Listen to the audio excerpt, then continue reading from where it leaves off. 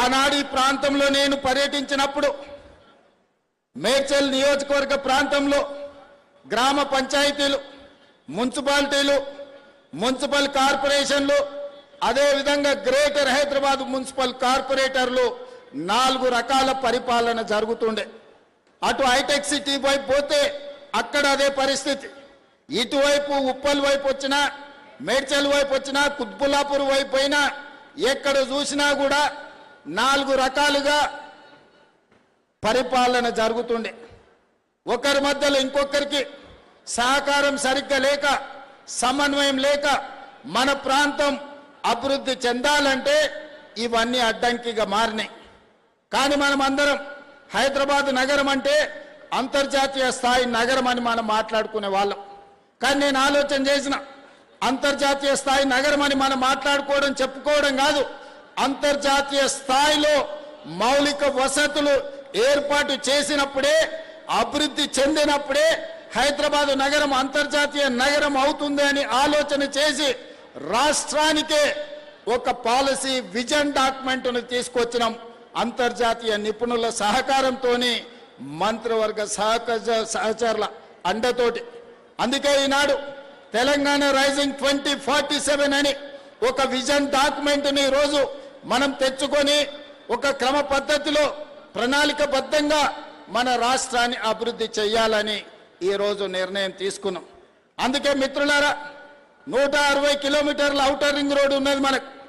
Outer ring road లోపలనే 1,34,00,000 మంది వివిధ జిల్లాలు, వివిధ రాష్ట్రాలు, వివిధ దేశాల నుంచి వచ్చి అంతర్జాతీయ కంపెనీలు పెట్టి ఈరోజు ఇక్కడ పరిపాలన జరుగుతున్నది.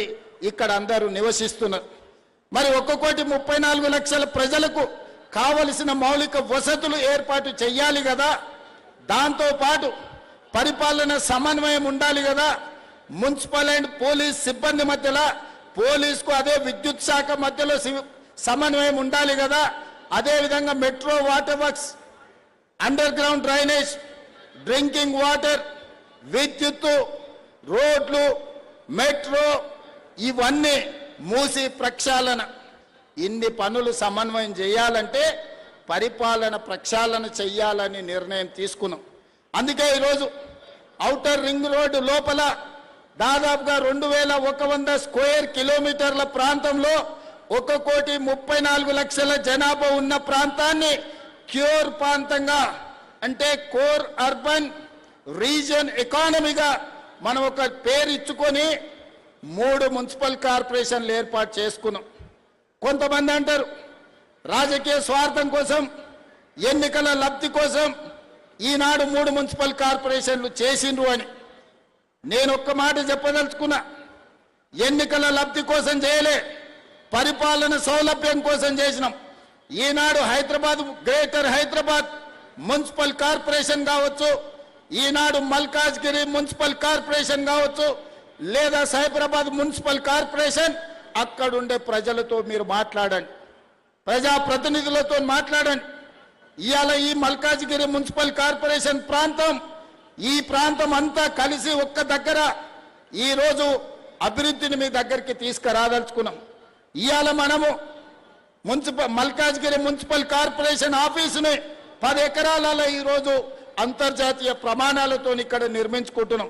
ఇది మీకు సౌలభ్యమా కాదా మీరు ఒక్కసారి ఆలోచన చేయండి.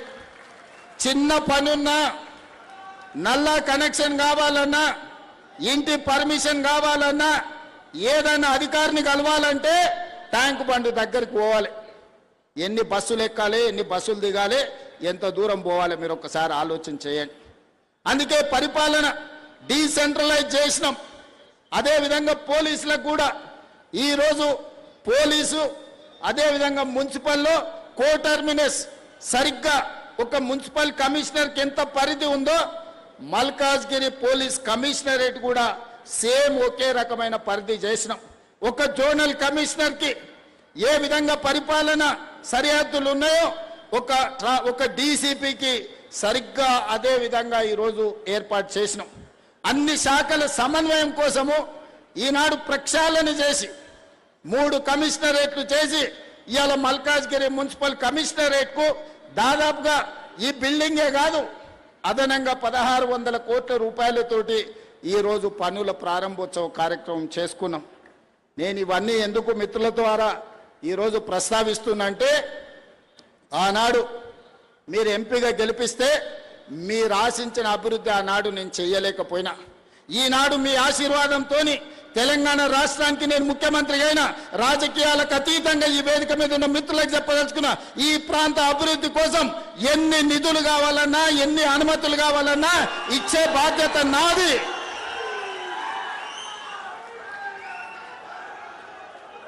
రోడ్లైనా తాగనికి నీళ్ళైనా మీ చెరువుల పునరుద్ధరణ సుందరీకరణ అయినా మీకు ఏమి కావాలన్నా, మీ మెట్రో విస్తరణ కావాలన్నా, మీకు ఏం కావాలన్నా నేను చేయడానికి మీ సోదరుడిగా నేను సిద్ధంగా ఉన్నా.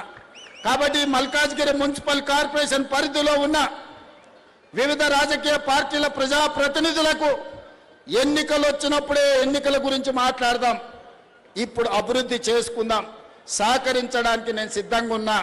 నిధులు అనుమతులు ఇవ్వడానికి మా ప్రభుత్వం సిద్ధంగా ఉన్నది. మీకు కావాల్సిన అడిగి మీరు కావాల్సిన గుర్తు చేసి మీరు సాధించుకోండి.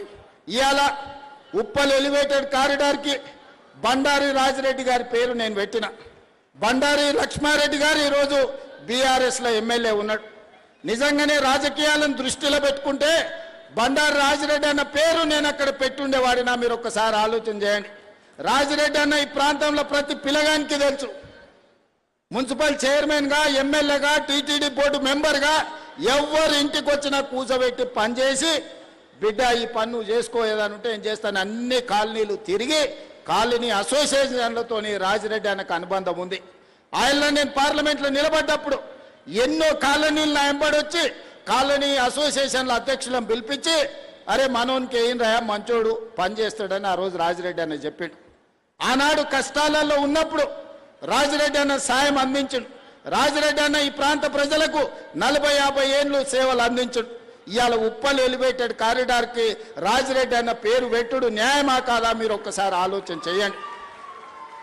నేను ఇవాళ ఈ పేరు పెట్టడమే కాదు, ఎలివేట్ కారిడార్కు ఎవరు ఏడ్చినా ఎవరు బాధపడ్డా ఆడ చౌరస్తల రాజిరెడ్డి గారి విగ్రహాన్ని కూడా పెడతాం, దానికి సంబంధించిన ఏర్పాట్లు కూడా చేసుకోండి అని నేను చెప్పదలుచుకున్నా. అదేవిధంగా ఎవరైతే మంచి చేస్తారో మంచిని మంచి అని గుర్తించే బాధ్యత మన మీద ఉన్నది. ఎన్నికలు వచ్చినప్పుడు రాజకీయాలు ఎట్లుండాలనో రాజకీయాలు అట్లా చేద్దాం. అదేవిధంగా ఈనాడు కొంతమంది మాట్లాడుతున్నారు, దాని గురించి ఒక 5 నిమిషాలు నేను చెప్పదలుచుకున్నా. ఇది రాజకీయ వేదిక కాదు, కానీ నేను గుర్తు చేయదలుచుకున్న మిత్రులందరికీ, ఇవాళ గుజరాత్లో అహ్మదాబాద్లో సబర్మతి రివర్ ఫ్రంట్ కట్టుకుంటారు. ఇవాళ ఢిల్లీలో యమునా నది రివర్ ఫ్రంట్ను అభివృద్ధి చేసుకుంటారు. ఇవాళ ఉత్తరప్రదేశ్లో గంగా నది